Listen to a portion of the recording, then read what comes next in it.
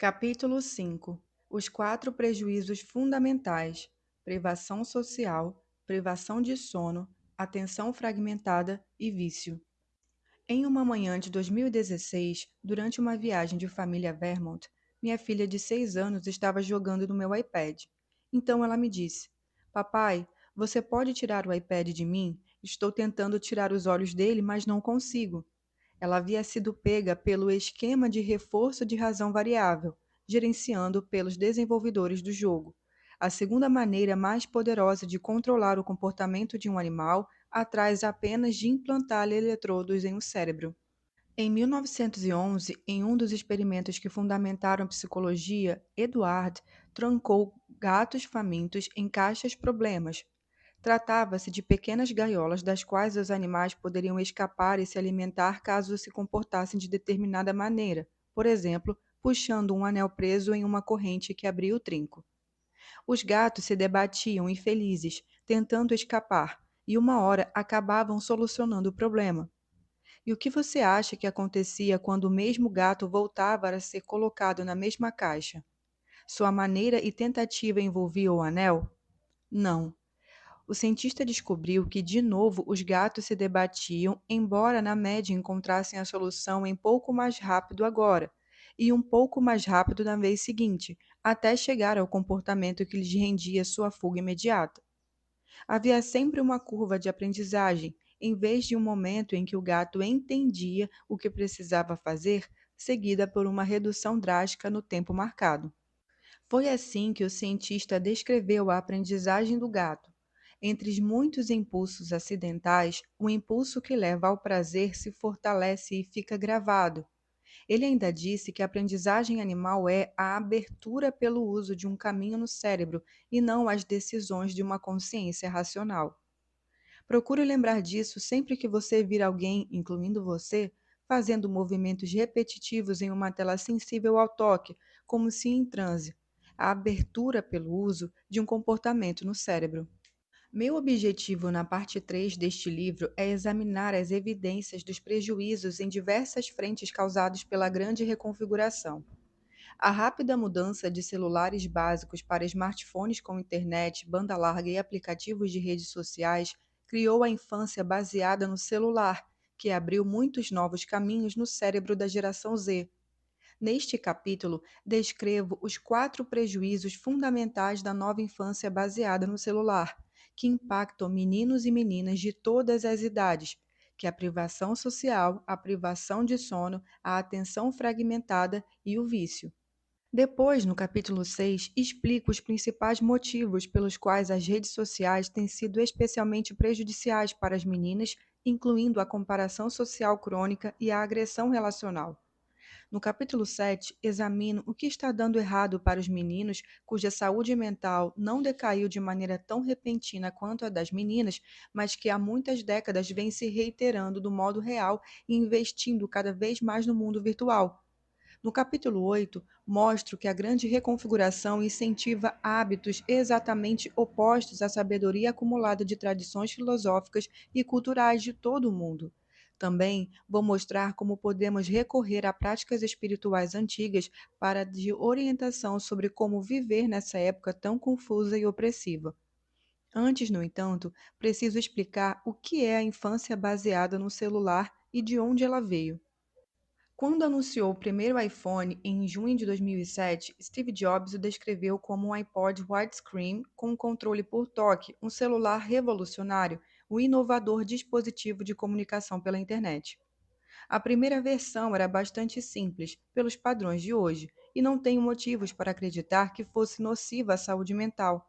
Comprei um em 2008 e descobri que era uma espécie de canivete suíço, cheio de ferramentas às quais poderia recorrer quando necessário. Tinha até lanterna. O aparelho não fora pensado para ser viciante ou monopolizar minha atenção. Isso logo mudou com a introdução de kits de desenvolvimento de software que passaram a permitir o download de aplicativos de terceiros. Esse movimento revolucionário culminou o lançamento do aplicativo Store pela Apple em julho de 2008, com 500 aplicativos disponíveis. Em outubro de 2008, o Google fez o mesmo com o Android Market, que em 2012 foi expandido e ganhou o nome Google Play. Em setembro de 2008, a Apple Store já tinha mais de 3.000 aplicativos e em 2013, mais de 1 milhão. O Google Play cresceu junto, chegando a 1 milhão de aplicativos em 2013. A abertura dos smartphones a terceiros culminou numa concorrência feroz entre empresas grandes e pequenas, no intuito de criar aplicativos mais atraentes. Os vencedores dessa corrida muitas vezes eram aqueles que adotavam o modelo gratuito com anúncios, porque pouca gente se dispunha a pagar por um aplicativo que a concorrência oferecia de graça. A proliferação de aplicativos financiados por publicidade causou uma mudança na natureza do tempo gasto do smartphone. No início da década de 2010, nossos celulares transformaram-se em canivetes suíços em plataformas nas quais as empresas competiam para ver quem conseguia manter a atenção dos olhos humanos por mais tempo. Aqueles com menor força de vontade e maior vulnerabilidade à manipulação eram, claro, as crianças e os adolescentes, cujo córtex pré-frontal ainda está em desenvolvimento. A forte atração das crianças por tela é visível desde o advento da televisão, porém elas não tinham como carregá-la quando iam para a escola ou quando saíam para brincar. Antes do iPhone, as crianças tinham um tempo limitado de tela, de modo que sobrava tempo para brincar e para conversas cara a cara. No entanto, com a explosão de aplicativos de smartphone como o Instagram, bem quando os adolescentes e pré-adolescentes estavam passando de celulares básicos para smartphones, houve uma mudança qualitativa na natureza da infância. Em 2015, mais de 70% dos adolescentes americanos levavam consigo uma tela sensível ao toque, e essas telas se tornavam muito melhores em capturar a atenção dos usuários, mesmo quando eles estivessem entre amigos. É por isso que estabeleço o início da infância baseada no celular na década de 2010. Como disse na introdução, uso o termo baseada no celular no sentido mais amplo, incluindo todos os dispositivos conectados à internet.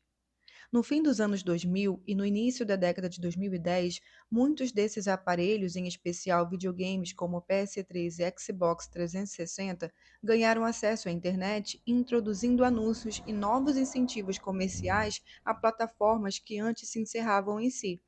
Como laptops com internet banda larga oferecem acesso a redes sociais, jogos online e plataformas de streaming grátis, com vídeos produzidos por usuários, também são parte da infância baseada no celular. O termo infância também é usado em seu sentido mais amplo, incluindo tanto a infância como a adolescência.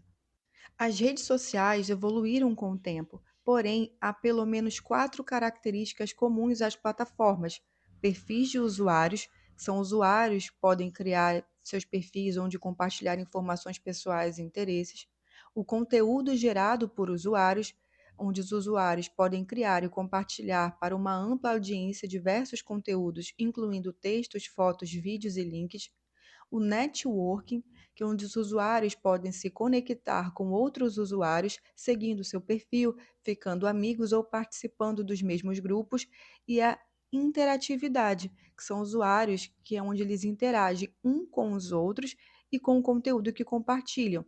Interações podem incluir curtir, comentar, compartilhar ou mandar mensagem privada.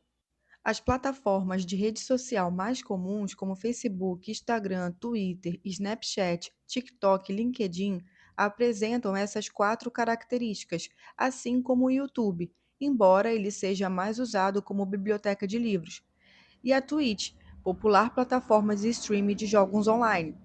Até mesmo os sites modernos de conteúdo adulto, como o OnlyFans, adotaram essas características. Já aplicativos de mensagem como WhatsApp e Facebook Messenger não contam com elas, e embora certamente sejam sociais, não são considerados redes sociais. Uma mudança transformacional na natureza das redes aconteceu por volta de 2010, tornando-as mais prejudiciais aos jovens. Nos primórdios do Facebook, MySpace e Friendster, todos fundados em 2002 e 2004, chamávamos esses serviços de sistema de networking social, porque tratavam principalmente de conectar indivíduos como antigos colegas do ensino médio ou fãs de uma banda. No entanto, por volta de 2010, houve uma série de inovações que modificaram esses serviços. Em primeiro lugar, e o mais importante, em 2009, o Facebook introduziu o curtir e o Twitter o retweet, que são inovações imitadas por outras plataformas, tornando possível a disseminação viral do conteúdo. Essas inovações quantificaram o sucesso de cada publicação e incentivaram usuários a causar o máximo de impacto, o que às vezes implicava fazer comentários mais extremos ou expressar mais raiva e aversão. Ao mesmo tempo, o Facebook começou a usar feeds de notícias selecionadas por algoritmo, logo seguido por outras plataformas que escolhiam conteúdos com maiores chances de engajamento. As notificações na tela inicial do celular foram introduzidas em 2009, mantendo o usuário engajado o tempo todo. As lojas de aplicativo trouxeram novas plataformas baseadas em anúncios para os smartphones. As câmeras frontais, em 2010, facilitaram tirar fotos e vídeos de si mesmo, e a internet de alta velocidade se disseminou de maneira acelerada, atingindo 61% dos lares americanos em janeiro de 2010, e facilitando o consumo rápido de tudo. No início da década de 2010, os sistemas de networking social que haviam sido majoritariamente estruturados para conectar pessoas se transformaram em plataformas de redes sociais repensadas majoritariamente para incentivar performances públicas de um para muitos em busca de validação não só de amigos, mas de desconhecidos. Até usuários que não publicam ativamente são afetados pelas estruturas de incentivo desses aplicativos. Essas mudanças explicam por que a grande reconfiguração teve início por volta de 2010 e por que estava concluída em 2015.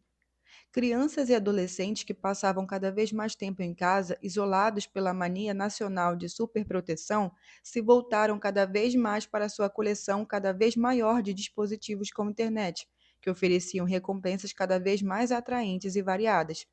A infância baseada no brincar chegava ao fim.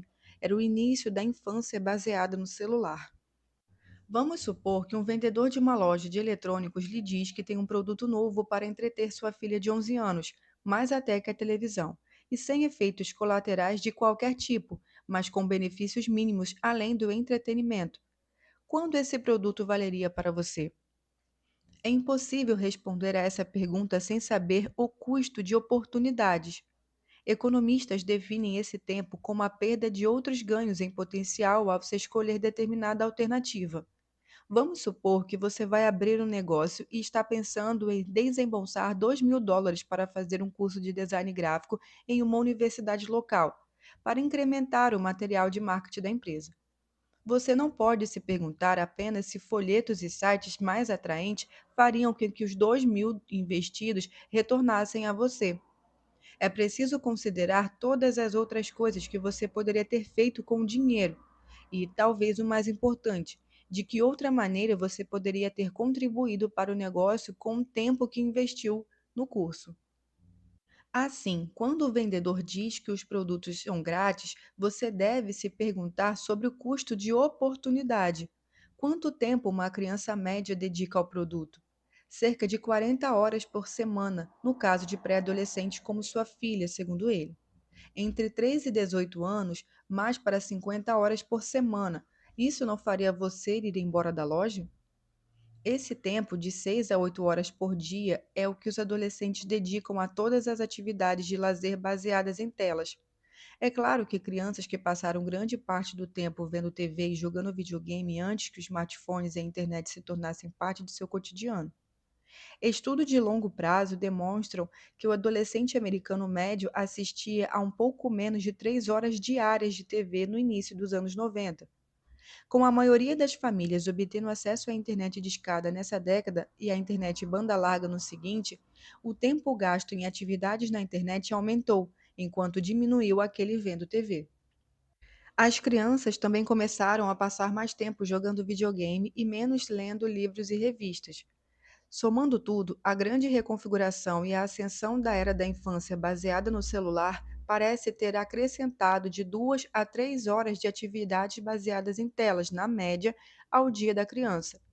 Esses números variam de acordo com classe social. são mais altos entre crianças e famílias de baixa renda que entre famílias de alta renda. Também varia de acordo com a raça, pois são mais altos entre as famílias negras e latinas que entre as famílias brancas e asiáticas. E também varia de acordo com o status de minoria sexual. São mais altos entre jovens LGBTQIAP+. Os esforços dos pesquisadores para medir o tempo de tela provavelmente erram para menos. Com uma pergunta ligeiramente diferente, o Pew Research descobriu que um terço dos adolescentes diz estar quase sempre em uma das principais redes, e 45% dos adolescentes relataram usar a internet quase sempre. Então, mesmo que o adolescente médio relate apenas 7 horas de lazer com telas por dia, considerando todo o tempo que eles passam pensando nas redes sociais enquanto fazem outras coisas no mundo real, dá para entender por que quase metade dos adolescentes diz ficar online quase o tempo todo. Isso significa cerca de 16 horas por dia, ou seja, 112 horas por semana, em que não estão totalmente presentes, independentemente do que estiver acontecendo à sua volta. Esse tipo de uso contínuo, muitas vezes envolvendo 2 ou 3 telas ao mesmo tempo, não era possível antes que as telas sensíveis ao toque coubessem no bolso das crianças. Ele tem implicações gigantescas na cognição, no vício e na abertura de caminhos no cérebro pelo uso, sobretudo durante o período sensível da puberdade. Em Walden, sua reflexão de 1854 sobre uma vida simples, Henry David escreveu: o custo de algo é a quantidade do que chamo de vida que é exigida em troca imediatamente ou no longo prazo. Então, qual era o custo de oportunidade para crianças e adolescentes quando eles começam a passar 6, 8 ou talvez 16 horas diárias interagindo com seus dispositivos? Isso substituiu áreas da vida necessárias para o desenvolvimento saudável? O primeiro prejuízo: a privação social. Crianças precisam de muito tempo para brincar umas com as outras, cara a cara, e assim promover o desenvolvimento social. No entanto, como mostrei no capítulo 2, a porcentagem de alunos do último ano do ensino médio que dizem encontrar os amigos quase todo dia caiu vertiginosamente depois de 2009. A diminuição do tempo passado com os amigos pode ser observada em mais detalhes na figura 5.1, em que um estudo sobre como os americanos de todas as idades passam seu tempo. O gráfico mostra o número de minutos diários em média que pessoas de diferentes faixas etárias passam com os amigos. Não chega a ser surpresa que as faixas mais jovens, entre 15 e 24 anos, seja a que mais fica com os amigos, em comparação com as faixas mais velhas, cujos integrantes têm uma probabilidade maior de ser casado e trabalhar. A diferença era enorme no começo dos anos 2000, mas já estava diminuindo, e essa aproximação acelerou depois de 2013. Os dados de 2020 foram coletados após o início da pandemia de Covid, o que explica a curva para baixo no último ano para as duas faixas mais velhas. No entanto, entre a faixa mais nova não há curva em 2019. O declínio causado pelo primeiro ano de restrições em virtude da pandemia não foi maior que o do ano anterior à chegada do Covid. Em 2020, começamos a dizer a todos que estivessem contando com qualquer um fora de sua bolha, porém os membros da geração Z já vinham praticando o distanciamento social desde que ganharam seus primeiros smartphones. É claro que na época, talvez os adolescentes não pensassem que estavam perdendo amigos, só pensavam que sua amizade estava passando da vida real para o Instagram, Snapchat ou jogos online. Não dá no mesmo? Não. Como Jean Twenge demonstrou, adolescentes que passam mais tempo nas redes têm maiores chances de sofrer de depressão, ansiedade e outros transtornos, enquanto aqueles que passam mais tempo com grupos de jovens praticando um esporte ou uma modalidade ou comunidade religiosa têm uma saúde mental melhor. Faz sentido. Crianças precisam do brincar físico, cara a cara, síncrone e corporificado. O brincar mais saudável ocorre ao ar livre e inclui riscos físicos ocasionais e aventuras e emoções fortes. Falar por FaceTime com amigos próximos é bom e se assemelha às antigas ligações telefônicas, com o acréscimo do visual. Já ficar sentado sozinho no quarto, consumindo um feed infinito de conteúdo alheio, ou jogar online sem parar com um grupo sempre mutante de amigos e desconhecidos, ou publicar seu próprio conteúdo e guardar para que outras crianças ou desconhecidos curtam ou comentem. Isso está tão distante do que as crianças precisam que essas atividades não podem ser consideradas novas formas saudáveis de interação adolescente. Trata-se de alternativas que, por consumirem tantas horas, reduzem o tempo que os adolescentes passam juntos. A queda brusca de tempo com os amigos, na verdade, faz com que subestimemos a privação social causada pela grande reconfiguração, porque, mesmo quando os adolescentes estão a poucos passos dos amigos, a infância baseada no celular prejudica a qualidade do tempo que passamos juntos. Smartphones atraem nossa atenção de maneira tão poderosa que, mesmo se apenas vibrassem em nosso bolso por um décimo de segundo, muitos de nós interromperão uma conversa ao vivo para verificar se é uma notificação importante. Em geral, não pedimos ao interlocutor que pare de falar. Simplesmente pegamos o telefone e passamos um tempo mexendo nele, fazendo com que a pessoa conclua que é menos importante que qualquer notificação. Quando a pessoa com quem você está conversando pega o celular, ou mesmo quando há um aparelho no seu campo de visão, a qualidade e a intimidade da interação social são reduzidas. Conforme as tecnologias baseadas em tela passarem de nossos bolsos para nossos pulsos e de nossos headsets para nosso óculos de realidade virtual, nossa habilidade de prestar atenção plena nos outros provavelmente piorará ainda mais. Ser ignorado é doloroso em qualquer idade. Agora imagine ser um adolescente e tentar descobrir quem você realmente é e onde se encaixa enquanto todo mundo te diz indiretamente: você não é tão importante quanto as pessoas do meu telefone. E agora imagine ser uma criança. Em uma pesquisa de 2014 conduzida pela revista Highlights com crianças de 6 a 12 anos, 62% delas relataram que seus pais, com frequência, estavam distraídos quando falavam com eles. Quando eles te perguntaram o motivo da distração, o celular foi a principal resposta. E os pais sabem que estão ignorando seus filhos. Em uma pesquisa de 2020 do Pew Research, 68% dos pais disseram que às vezes ou com frequência se distraíam com o telefone enquanto estavam com os filhos. Os números foram mais altos para pais mais jovens e com ensino superior completo. A grande reconfiguração devastou a vida social da geração Z ao conectá-la com o mundo todo e desconectá-la com pessoas ao seu redor. Como um universitário canadense me escreveu: a geração Z é um grupo de pessoas incrivelmente isoladas. Nossas amizades são rasas, os relacionamentos românticos são supérfluos e ambos são mediados e governados em grande medida pelas redes sociais. É fácil perceber que quase não existe um senso de comunidade no campus. Muitas vezes, chego mais cedo a uma aula e dou com 30 ou mais alunos sentados em completo silêncio, totalmente concentrados nos smartphones, com medo de falar e ser ouvido pelos outros. Isso leva ainda mais a um isolamento e a um enfraquecimento da identidade e da confiança. Sei porque eu mesmo vivencio isso. Segundo prejuízo, a privação de sono.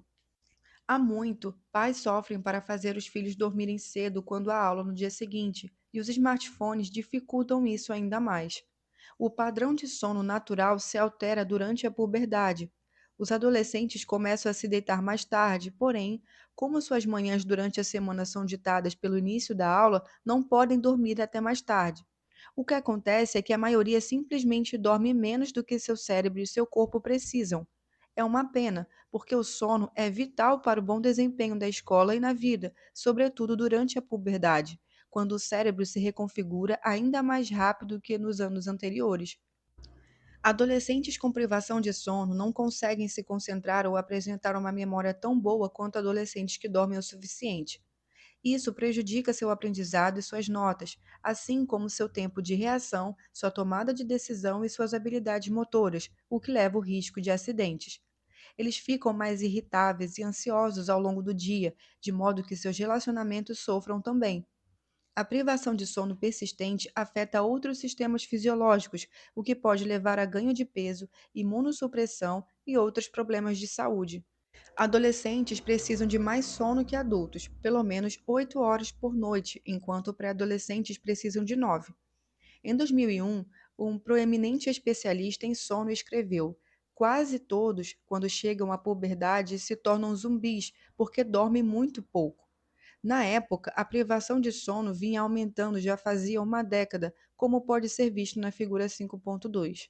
Depois, ela se manteve estável até o início da década de 2003, e após 2013 voltou a aumentar. Será só coincidência? Ou há outros indícios que ligam diretamente o aumento nos problemas de sono ao advento da infância baseada no celular?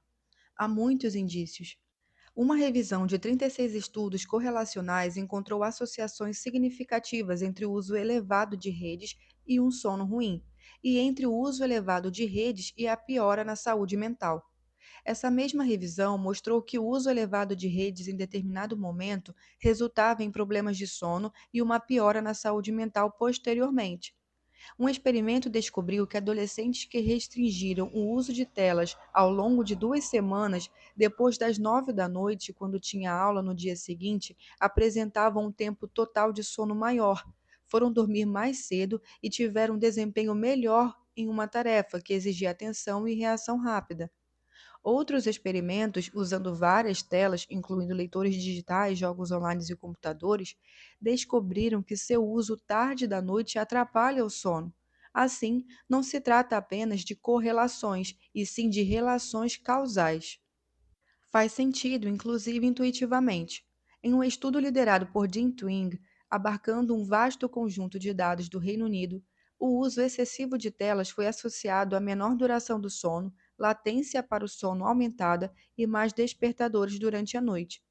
Os distúrbios de sono foram maiores entre aqueles que usavam redes sociais ou acessavam a internet da cama. Não foram apenas as redes sociais nos smartphones que perturbaram o sono da geração Z. A privação de sono é ampliada pela facilidade de acesso a outras atividades altamente estimulantes no smartphone, incluindo jogar e ver streaming. O CEO da Netflix, numa discussão com investidores sobre os resultados da empresa, disse, como lhe perguntaram sobre seus concorrentes: quando você assiste a um programa na Netflix e se vicia nele, fica até tarde vendo. Então, no fim das contas, estamos competindo com o sono. O que a privação de sono faz com o cérebro em transformação acelerada dos adolescentes? Para responder a essa pergunta, podemos recorrer às descobertas do Adolescent Brain Cognitive Study, que fala sobre o estudo do desenvolvimento cognitivo do cérebro adolescente, que fez exames de imagem no cérebro de mais de 11 mil crianças e de 9 a 10 anos de idade em 2016, e as seguiu em sua passagem pela puberdade e pela adolescência. Esses dados deram origem a centenas de artigos acadêmicos e vários examinaram os efeitos da privação de sono. Por exemplo, um estudo de 2020 descobriu que uma perturbação maior do sono e um tempo total de sono menor estavam associados a uma pontuação de internalização maior, o que inclui depressão, e a uma pontuação de externalização maior, que inclui agressão e outras ações antissociais associadas com a falta de controle dos impulsos. Também se descobriu que o nível de perturbação do sono no começo do estudo previa de maneira significativa a depressão e os níveis de internalização e externalização um ano depois. Em outras palavras, quando você tem o sono truncado ou perturbado, as chances de depressão e problemas comportamentais são maiores, e os efeitos foram mais expressivos entre as meninas. Em resumo, crianças e adolescentes precisam dormir muito para terem um desenvolvimento cerebral saudável e um nível de atenção e um humor satisfatório no dia seguinte. Quando telas são permitidas no quarto, muitos as utilizam até tarde da noite, principalmente se tiverem uma tela pequena que possa ser manipulada debaixo do cobertor.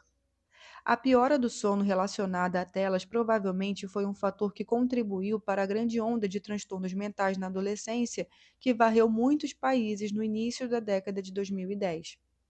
Terceiro prejuízo: atenção fragmentada. O conto de Harrison, escrito por Kurt em 1961, se passa em uns Estados Unidos futurístico e ultra-igualitário, onde uma emenda constitucional ninguém tem o direito de ser mais inteligente, bonito ou fisicamente capaz que os outros. O nivelador geral é o funcionário do governo encarregado de garantir a igualdade de habilidades e resultados. Pessoas com QI elevado precisam usar um fone de ouvido que a cada 20 segundos produz uma variedade de ruídos altos que tem intuito de interromper o pensamento, o que reduz a inteligência da pessoa à inteligência funcional do cidadão médio. Lembrei desse conto alguns anos atrás, quando comecei a conversar com meus alunos sobre o impacto dos celulares em sua produtividade. Desde o fim dos anos 90, o envio de mensagens é o meio de comunicação básico dos jovens. Eles tiram o som, o que significa na prática que o aparelho vibra o tempo todo, sobretudo em virtude dos grupos de conversa. Mas a situação é muito pior do que eu imaginava. A maioria deles recebe notificações de dezenas de aplicativos, incluindo mensagens, redes sociais e uma variedade de sites que enviam alertas com as últimas notícias sobre política, esportes e a vida amorosa das celebridades. Meus alunos de MBA também usam aplicativos voltados para o trabalho, como o Slack. O celular da maioria deles também vibra toda vez que eles recebem um e-mail. De acordo com um estudo, somando os principais aplicativos sociais de comunicação, o número médio de notificações por dia no celular de um jovem é de 192 notificações. Assim, o adolescente médio, que agora dorme apenas 7 horas por noite, recebe 11 notificações a cada hora desperto, ou uma a cada 5 minutos. E isso considerando apenas os aplicativos relacionados à comunicação. Quando somadas as dezenas de outros aplicativos cujas notificações não foram desativadas, o número de interrupções é muito maior. E estamos falando do adolescente médio. Se nos concentrarmos em usuários assíduos, como meninas mais para o fim da adolescência que usam aplicativos de mensagens e de redes sociais com muito mais frequência que qualquer outro grupo, chegamos ao absurdo de uma interrupção por minuto. Graças à indústria da tecnologia e sua concorrência voraz pelos recursos limitados da atenção adolescente, muitos outros membros da geração Z vivem agora na distopia de Kurt. Em 1990, o grande psicólogo americano William James descreveu a atenção como a posse pela mente de forma clara e vívida de um entre os aparentemente variados objetos ou linhas de pensamentos possíveis. Isso implica se afastar de algumas coisas para lidar de maneira mais eficaz com outras. A atenção é a escolha que fazemos de nos manter em uma tarefa, um pensamento, um caminho mental, enquanto saídas atraentes nos chamam. Quando fracassamos em fazer essa escolha e nos permitimos desvios frequentes, acabamos no estado confuso, atordoado e distraído, que James disse ser o oposto da atenção. Manter o curso se tornou muito mais difícil depois que a internet chegou a grande parte da leitura foi transferida para ela. Cada hiperlink é uma saída incitando-nos a abandonar a escolha que fizemos momentos antes. Em seu livro de 2010, A Geração Superficial, O que a Internet está fazendo com os nossos cérebros, cujo título é bastante apropriado, Nicholas Carr lamenta a perda de sua própria capacidade de manter o rumo. A vida na internet mudou a maneira como seu cérebro buscava informação, mesmo quando ele estava tentando ler um livro físico. Sua capacidade de se concentrar e refletir foi reduzida, porque agora ele sentia necessidade de um fluxo constante de estímulos. Antes, eu era um mergulhador no mar das palavras. Agora, corto a superfície como um cara de jet ski. O livro de Carr trata a internet como vivenciada por ele através de computadores nas décadas de 90 e 2000. Carr às vezes menciona Blackberries e iPhones, que haviam se popularizado pouco anos antes da publicação de A Geração Superficial. No entanto, um smartphone vibrando é muito mais atraente que um hiperlink passivo, muito mais fatal para a concentração. Cada aplicativo é uma saída, cada notificação é uma placa de neon piscando, convidando você a vibrar o telefone. Se já é difícil para um adulto se manter comprometido com um caminho mental, isso é sempre mais desafiador para um adolescente, cujo córtex pré-frontal ainda está em desenvolvimento, limitando a sua capacidade de dizer não às saídas. A sensibilidade a estímulos sensoriais imediatamente excitantes caracteriza a atenção da infância e da juventude, escreveu James. A criança parece pertencer menos a si do que a cada objeto que por acaso atrai sua atenção. Superar essa tendência a passar rapidamente por tudo é a primeira coisa que os professores devem fazer. Por isso, é tão importante as escolas proibirem celulares por completo, exigindo que eles passem um dia trancados. Prender a atenção da criança com estímulos sensoriais imediatamente excitantes é o objetivo dos desenvolvedores de aplicativos, e eles são muito bons no que fazem. Esse fluxo interminável de interrupções, a fragmentação constante da atenção, prejudica a capacidade do adolescente de pensar e pode deixar marcas permanentes em seu cérebro, que se reconfigura com rapidez. Muitos estudos apontam que alunos com acesso ao celular o utilizam durante a aula e prestam muito menos atenção nos professores. A verdade é que não somos capazes de realizar várias tarefas ao mesmo tempo. O que fazemos é alternar nossa atenção entre elas, com bastante desperdício. Mesmo quando os alunos não verificam o celular, sua mera presença prejudica sua capacidade de pensar. Em um estudo, pesquisadores reuniram universitários em um laboratório e distribuíram as seguintes ordens aleatoriamente entre eles: 1. Deixar bolsas e celulares na antessala do laboratório. 2. Manter o celular consigo, guardado no bolso ou na bolsa. 3. Deixar o celular na banca ao seu lado. Depois, os universitários precisaram completar tarefas que testavam sua inteligência fluida e a capacidade de sua memória de trabalho, como solucionar problemas matemáticos enquanto mantinham em mente uma sequência de letras. Os universitários que tiveram desempenho melhor foram aqueles que deixaram os celulares na antessala, e os que tiveram desempenho pior foram aqueles que os mantiveram em seu campo de visão, enquanto aqueles com o celular no bolso ou na bolsa tiveram desempenho intermediário. O efeito foi maior em usuários assíduos. O título do estudo derivado dessa pesquisa é Dreno Cerebral. A mera presença do celular reduz a capacidade cognitiva disponível da pessoa. O acesso contínuo a um smartphone por adolescentes em uma fase tão sensível em termos de desenvolvimento pode interferir em sua capacidade de se concentrar, ainda em amadurecimento.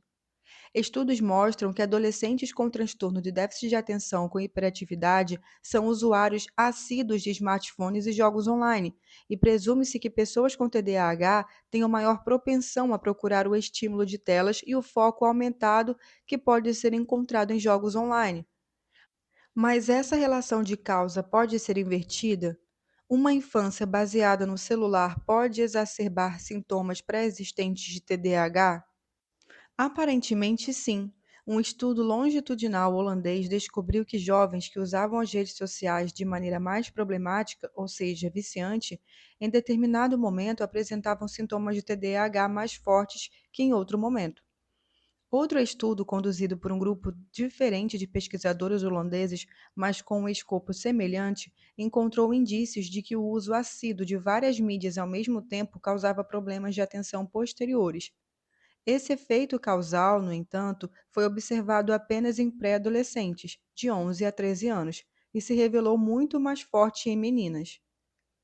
O cérebro se desenvolve ao longo da infância de maneira mais acelerada durante a puberdade. Uma das muitas habilidades que se espera que adolescentes desenvolvam no processo de sair do ensino fundamental para o médio é a função executiva, que se refere à capacidade cada vez maior de traçar planos e fazer o necessário para colocá-los em prática. As habilidades de função executiva se desenvolvem devagar, porque se baseiam em grande parte no córtex pré-frontal, a última parte do cérebro a se reconfigurar durante a puberdade. Essas habilidades incluem autocontrole, concentração e a capacidade de resistir a distrações. A infância baseada no celular provavelmente interfere no desenvolvimento da função executiva. Não posso dizer que o uso leva desses produtos seja realmente prejudicial à atenção, porém, para usuários assíduos, os resultados são consistentemente piores, em parte porque, com frequência e com certo grau, trata-se de pessoas com vício. Quarto prejuízo: o vício. Quando minha filha não conseguiu tirar os olhos do iPad, o que exatamente estava acontecendo com seu cérebro? Thorndike não tinha conhecimento dos neurotransmissores, porém acertou que a repetição de pequenos prazeres desempenhava um papel importante no estabelecimento de novos caminhos do cérebro. Agora que sabemos que quando há uma ação se segue um resultado positivo, certos circuitos cerebrais envolvidos com a aprendizagem liberam uma dose de dopamina, o neurotransmissor ligado de maneira mais central às sensações de prazer e dor. A liberação de dopamina provoca uma sensação boa que nossa consciência registra. No entanto, não é uma recompensa passiva que nos satisfaz e reduz a fissura. Os circuitos de dopamina estão envolvidos no desejo, como em isso foi ótimo, quero mais. Quando você come uma batatinha, uma pequena dose de dopamina é liberada, que faz você querer uma segunda batatinha ainda mais do que queria a primeira. É o mesmo mecanismo dos caça-níqueis. Ganhar produz uma sensação boa, mas não do tipo que te faz os viciados em jogos pegar o dinheiro e ir embora satisfeitos. O prazer, na verdade, os motiva a buscar mais. Isso também acontece com jogos online, redes sociais, sites de compras e outros aplicativos em que as pessoas gastam muito mais tempo ou dinheiro do que pretendiam e de maneira rotineira. A base neural do vício comportamental em redes ou jogos online não é idêntica àquela do vício químico em cocaína ou opioides. Ainda assim, todos envolvem dopamina, fissura, compulsão e a sensação que minha filha expressou: impotência, o despeito de um desejo consistente de agir. Isso não acontece por acaso. Os desenvolvedores desses aplicativos usam todos os truques da caixa de ferramentas dos psicólogos para prender os usuários tanto quanto os viciados em caça-níqueis. Para deixar claro, a grande maioria dos adolescentes que usam o Instagram ou jogam Fortnite não é viciada. Ainda assim, seus desejos estão sendo acessados e suas ações manipuladas. Claro, muitos anunciantes buscam fazer exatamente isso. Porém, telas sensíveis ao toque e conexões de internet abriram inúmeras possibilidades para o emprego de técnicas behavioristas, que funcionam melhor com ciclos rápidos ou circuitos de comportamento e recompensa. B.J. Fogg, professor e pesquisador de Stanford, explorou essas possibilidades e, em 2002, escreveu Tecnologia Persuasiva, usando computadores para mudar o que pensamos e fazemos. Fogg também dava o curso de Tecnologia Persuasiva, no qual ensinava a aplicar em humanos técnicas behavioristas antes usadas para treinar animais. Muitos de seus alunos foram trabalhar em empresas de rede social ou mesmo as fundaram, como Mike Crocker, um dos criadores do Instagram. Como produtos de formação de hábitos fisgam adolescentes? Vamos imaginar uma menina de 12 anos sentada em sua escrivaninha em casa com dificuldade de entender o que é fotossíntese para a prova de ciências do dia seguinte. Como o Instagram pode atraí-la e prender sua atenção por uma hora? Desenvolvedores de aplicativos usam com frequência um processo em 4 passos que cria um circuito que se retroalimenta, como na figura 5.3. Os desenvolvedores usam o modelo gancho como guia para criar um ciclo e construir hábitos mais fortes em seus usuários. O ciclo começa com um gatilho externo, como uma notificação de que alguém fez um comentário em algum post da menina que tenta estudar para a prova. Esse é o passo número 1, a saída que convida a pessoa a abandonar o caminho que estava seguindo. A notificação aparece no celular dela e automaticamente serve de gatilho para realizar uma ação, passo 2, que no passado foi recompensada, tocar o aviso para abrir o Instagram. A ação leva a um evento prazeroso, porém nem sempre, e esse é o passo 3, a recompensa variável. Talvez a menina encontre um elogio ou uma expressão de amizade, talvez não. Essa foi uma descoberta-chave do behaviorismo. É melhor não recompensar o animal todas as vezes que ele faz o que você quer. Se o recompensar em um esquema de razão variável, por exemplo, uma vez a cada 10, em média, porém às vezes mais e às vezes menos, você cria um comportamento mais forte e persistente. Quando você põe um rato em uma gaiola onde ele aprendeu que consegue comida empurrando uma barra, ele recebe uma dose de dopamina em antecipação à recompensa. Então, corre até a barra e começa a empurrar. No entanto, se as primeiras tentativas não geram recompensa, isso não diminui seu entusiasmo. À medida que ele continua a empurrar, o nível de dopamina vai subindo em antecipação à recompensa, que deve vir a qualquer momento. Quando ela finalmente vem, a sensação é ótima, porém o nível elevado de dopamina faz com que o rato continue empurrando, antecipando a próxima recompensa que virá depois de um número desconhecido de tentativas. Então ele não pode parar. Esses três primeiros passos promovem um condicionamento operante, são behaviorismo clássico, como ensinado por B.F. Snyder na década de 40. O que o modelo gancho acrescenta, quando se trata de humanos, e que não era aplicável para os ratos, é um quarto passo, o investimento. Pode-se oferecer a humanos a possibilidade de pôr um pouco de si no aplicativo, de modo que passe a se importar mais com ele. A menina já criou seu perfil, publicou várias fotos de si, procurou todos os seus amigos e centenas de outros usuários no Instagram. Seu irmão, que estuda para uma prova no quarto ao lado, passou centenas de horas acumuladas em emblemas digitais, skins, compradas de outros investimentos em jogos online como Fortnite e Call of Duty. A essa altura, feito o investimento, o gatilho para a próxima rodada de comportamento pode se tornar interno. A menina não precisa mais de uma notificação e chame para o Instagram. Enquanto lê um trecho difícil do livro, o pensamento simplesmente surge: será que alguém curtiu a foto que publiquei 20 minutos atrás? Uma saída atraente aparece na consciência, passo 1. Ela se esforça para resistir à atenção e continuar estudando, porém, a mera ideia de uma possível recompensa libera um pouco de dopamina, que a faz querer entrar no Instagram imediatamente. Ela sente uma fissura, então entra, passo 2, e descobre que ninguém curtiu ou comentou sua publicação.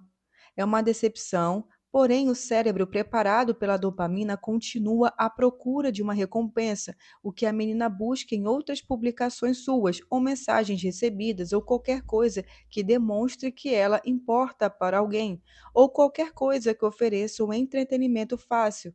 O que ela encontra? Passo 3. A menina vai descendo o feed e segue deixando comentários para amigos. É claro que alguém retribui, curtindo sua última publicação.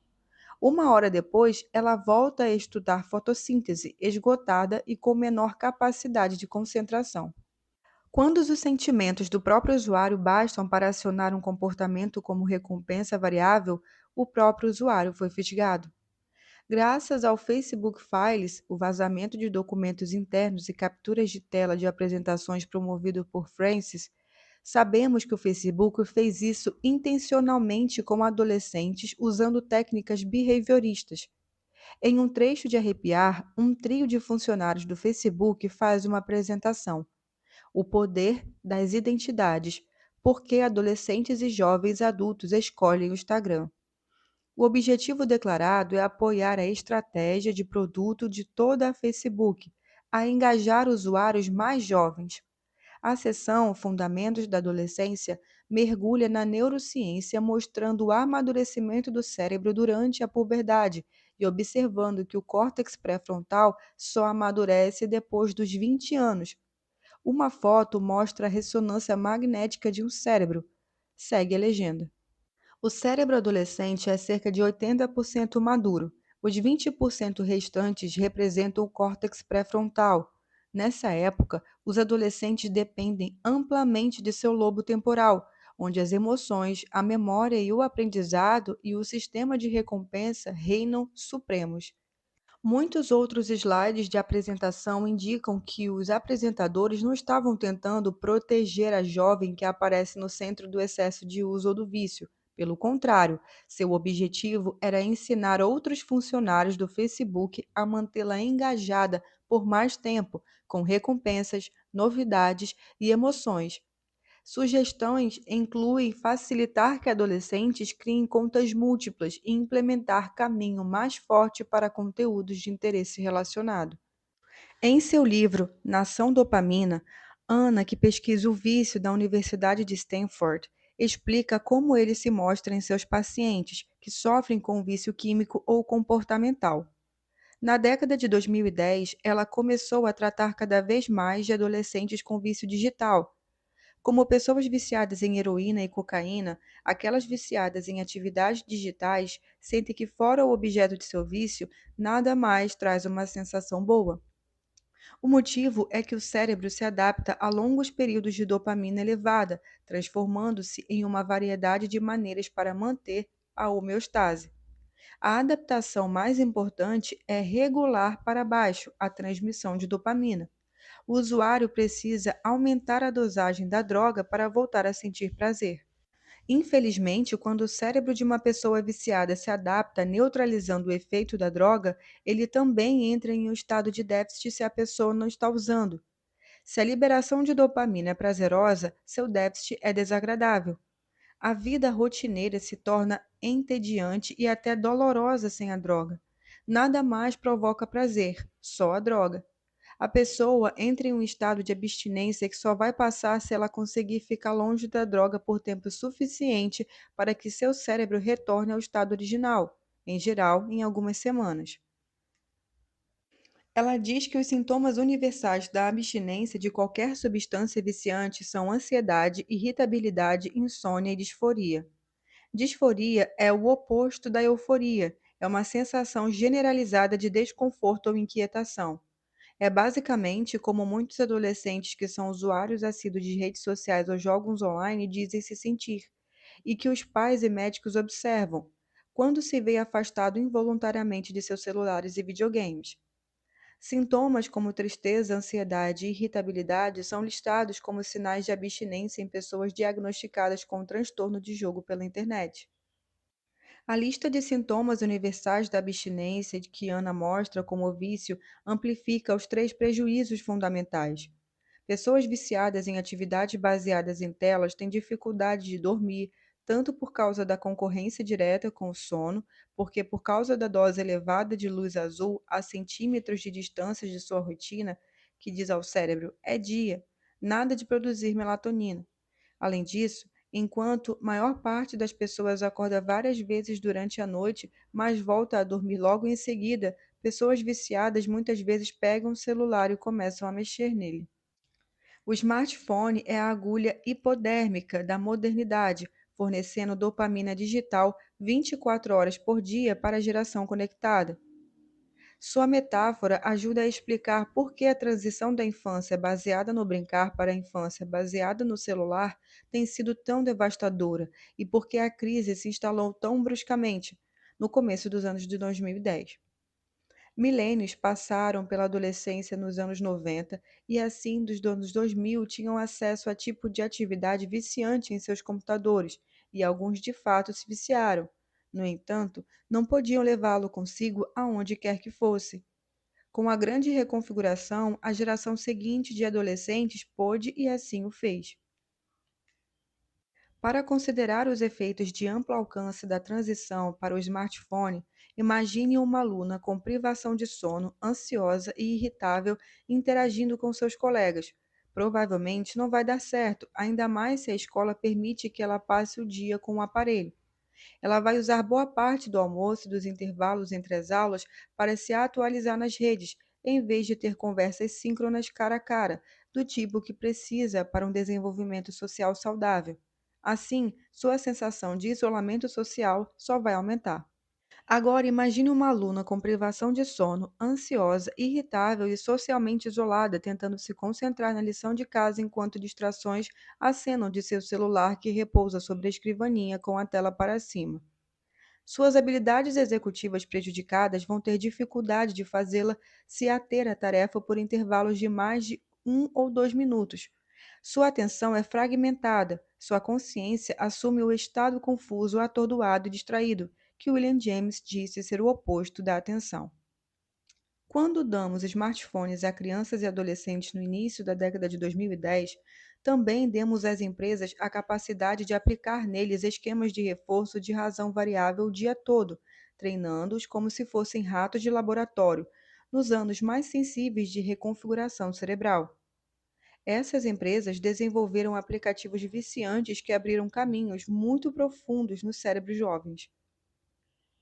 Em 2023, Vivek, cirurgião-geral dos Estados Unidos, a autoridade máxima em saúde no país, emitiu um comunicado discutindo os efeitos do uso de redes sociais na saúde mental dos jovens. O comunicado alertava que as redes oferecem um sério risco de dano à saúde mental e ao bem-estar das crianças e adolescentes. O documento de 25 páginas destacou os custos e benefícios potenciais do uso de redes. Quanto aos benefícios, ele afirmava o seguinte: as redes sociais podem oferecer benefícios a alguns jovens, ao possibilitar a formação de comunidades e conexão entre aqueles que compartilham identidades, habilidades e interesses. Também pode oferecer acesso às informações importantes e um espaço onde se expressar. Fazer e manter amizades online, além de desenvolver conexões sociais, até entre os efeitos positivos do uso de redes sociais. Esses relacionamentos podem fornecer oportunidades de interações positivas com grupos de pares mais diversos do que os disponíveis fora da internet e ser um apoio social importante para os jovens. Os efeitos do amortecimento do estresse com o apoio social na internet por parte dos pares é capaz de fornecer e pode ser especialmente importante para jovens frequentemente marginalizados, incluindo minorias sociais, étnicas, raciais, sexuais e de gênero. Esses benefícios soam plausíveis. De fato, o cirurgião geral se baseou em pesquisas que demonstraram que muitos adolescentes dizem obter esses benefícios nas redes. Um relatório do PIL de 2023, por exemplo, apontou que 58% dos adolescentes sentiam que as redes os ajudavam a se sentir mais aceitos, 71% as viam como um lugar onde exercer a criatividade e 80% sentiam que estavam mais envolvidos com a vida dos amigos. Um relatório de 2023 da Canon indicou que 73% das meninas entrevistadas disseram se divertir diariamente no TikTok e 34% disseram que a vida seria pior se elas não tivessem acesso à plataforma. 63% se divertiam diariamente no Instagram e 21% disseram que sua vida seria pior sem ele.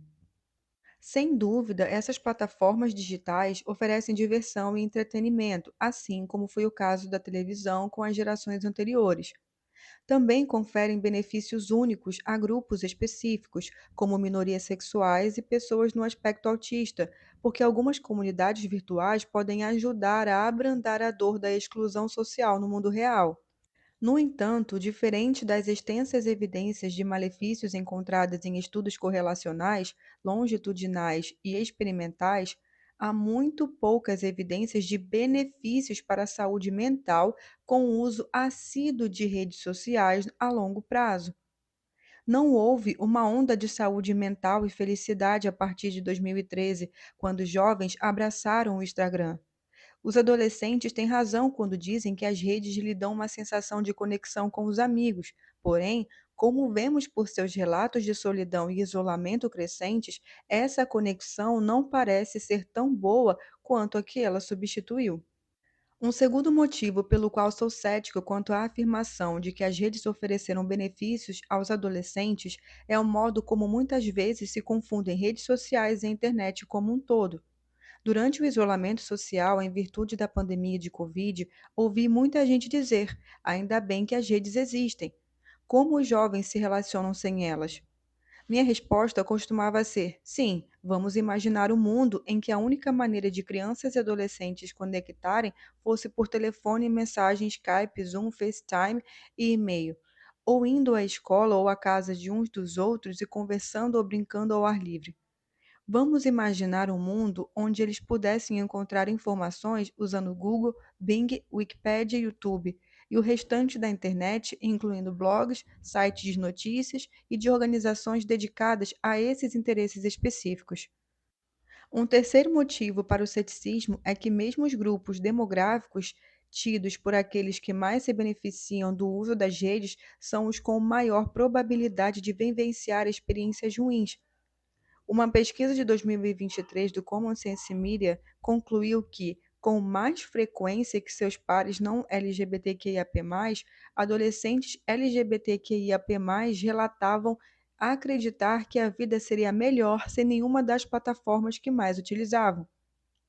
O mesmo relatório descobriu que meninas LGBTQI também tinham o dobro de chance de meninas não LGBTQIA+, de encontrar conteúdos nocivos relacionados a suicídios e transtornos alimentares. Resumindo, a quantidade de tempo que os adolescentes passam no telefone é impressionante, e pensar que achávamos excessiva as horas que passavam na tela antes da invenção do iPhone. Estudos de utilização do tempo mostram de maneira consistente que os adolescentes médios relatam passar mais de 7 horas por dia em atividades de lazer na tela, ou seja, sem incluir a escola e a lição de casa.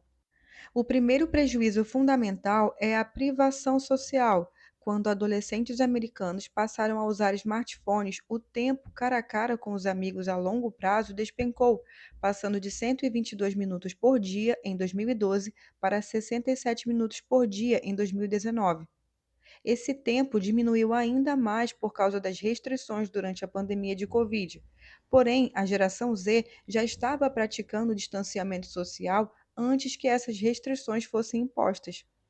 O segundo prejuízo fundamental é a privação de sono. A troca de celulares básicos por smartphones comprometeu tanto a qualidade quanto a quantidade de sono dos adolescentes, em todo o mundo desenvolvido. Estudos longitudinais mostraram que o uso do smartphone antecedeu a privação de sono. A privação de sono é muito bem estudada e tem efeitos de longo prazo, que incluem depressão, ansiedade, irritabilidade, déficits cognitivos, aprendizagem comprometida, notas mais baixas, mais acidentes e mais mortes em decorrência de acidentes.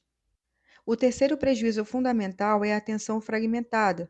A atenção é a capacidade de se manter em um caminho mental apesar das muitas distrações que se apresentam. Concentrar-se em uma tarefa é um sinal de maturidade e de bom desempenho da função executiva.